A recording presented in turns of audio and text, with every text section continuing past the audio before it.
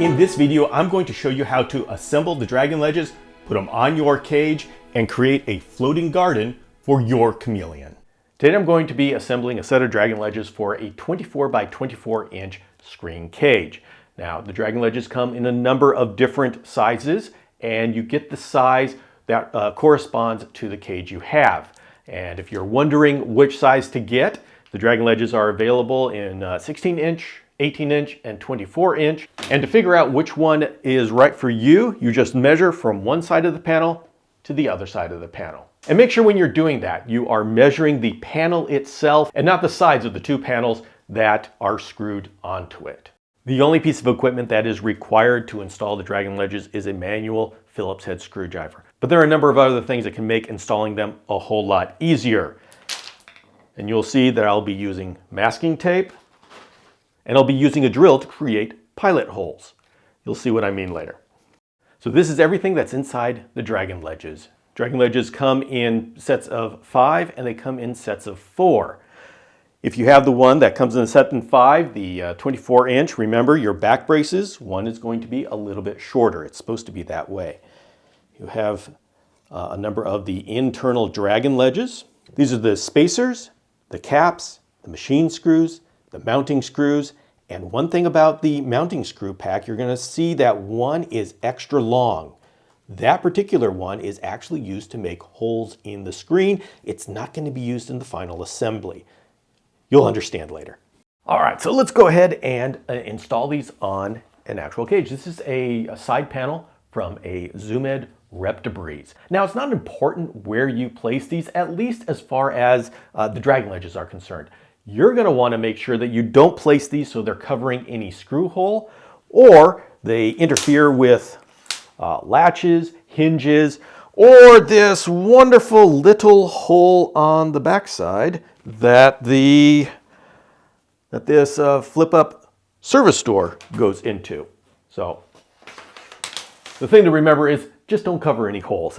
Now, before you actually drive a screw in, make sure it's the right size. Remember I said that there were two sizes that are included in here. So what's important is that these mounting holes are able to go through the middle of the frame. So size it out, say, okay, yes, this one works. And then we'll make it as straight across as possible. And I'm going to be taking some of these 1/2 inch mounting screws. And if I want to just do the brute force method, I am going to take this and I am going to force it in. You are very well able to drive these through the aluminum frame. Now this takes some effort, it takes some strength, and you got to make sure you don't slip and make a hole through your screen. There's a way that we can do it with a little bit more finesse. We're going to use some masking tape and we're going to drill a pilot hole. This will make it a lot easier. And so I'm going to just tape the back brace in place. And by the way, this is what we do if your cage is already assembled. I'm going to make sure that the mounting holes on both sides go into the middle of the frame. And then I'm going to carefully tape it down.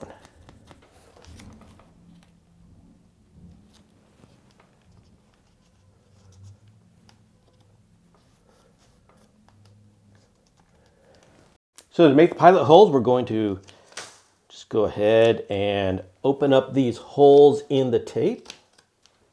The way to make a pilot hole is you want to get a drill bit that is much thinner than the screw. And so this one is about half the diameter of the screw. This one will work. If you get a drill bit that's too big, then the screw won't be able to bite into the metal and it won't hold. Now go in as straight as possible.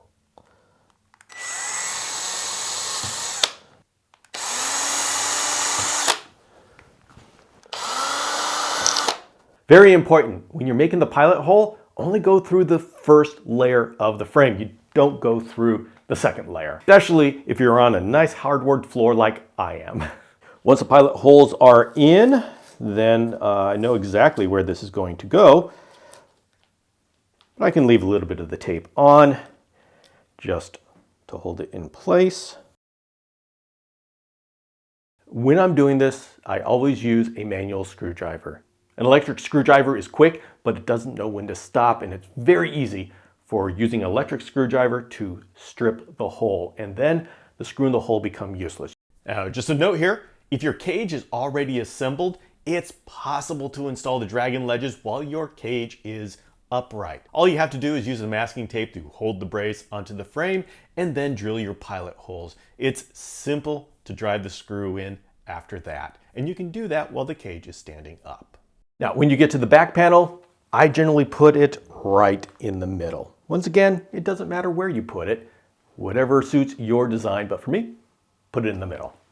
The next step is to add in a spacer, create a hole, and then put in our machine screw from the back. So I put the spacer in under the hole, sandwich them down to the screen, and then I make a hole with this long screw.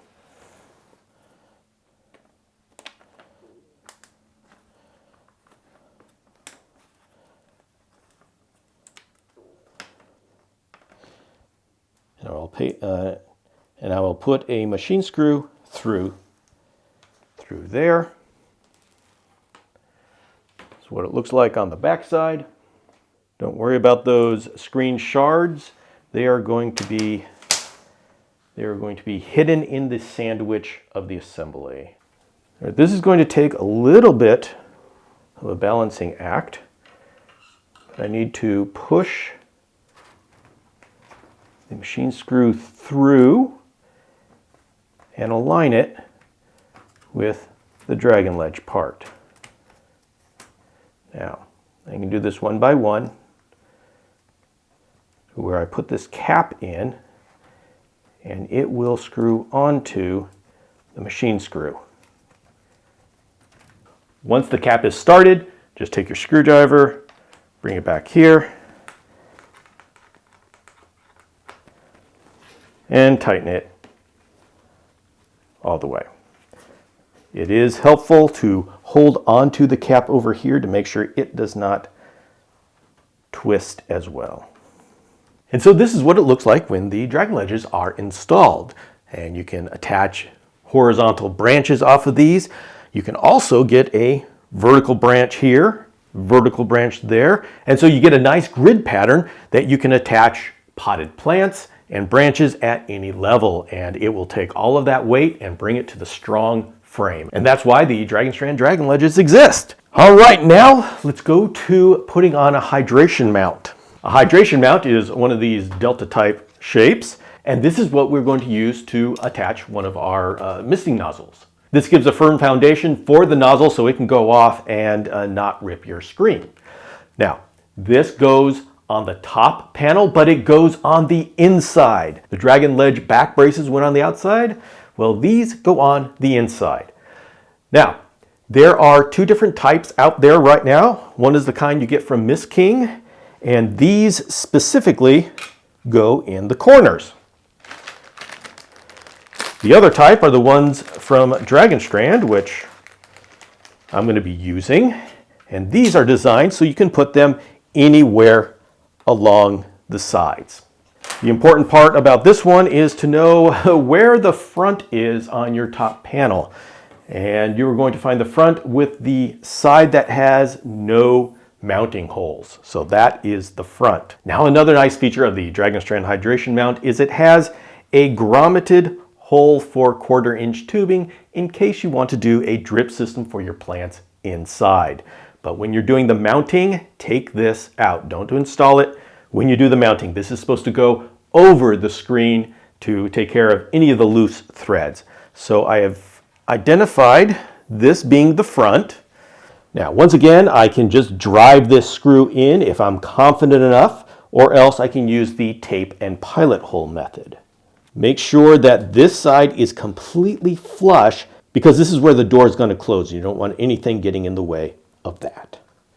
So now that you have your Dragon Ledges installed on your screen cage, it's time to build out your cage and make that floating garden for your chameleon. The absolute best way to use dragon ledges is to take some thick vertical branches and put them on the dragon ledges so they form a bit of a hashtag pattern. You see how I put 2 branches on the dragon ledges and I lash them down. Now, these branches are going to be a little bit thicker than your normal branches, like 1/2 inch diameter to 3/4 inch diameter. And I do that on both sides. Now, this is a firm foundation that I can attach both branches and potted plants. The first thing I'm going to do is attach placeholders for the plants. Now, what I do is I get these landscaping pots. They're about 6 inches in diameter at the top. I'm going to get 2 for each plant position. One of them I'm going to install in the cage, and the other one I'm going to put the plant in. And this is what I call the double pot method, because I can at any time pull the plant out and the holder pot stays in the cage. This gives me a lot of flexibility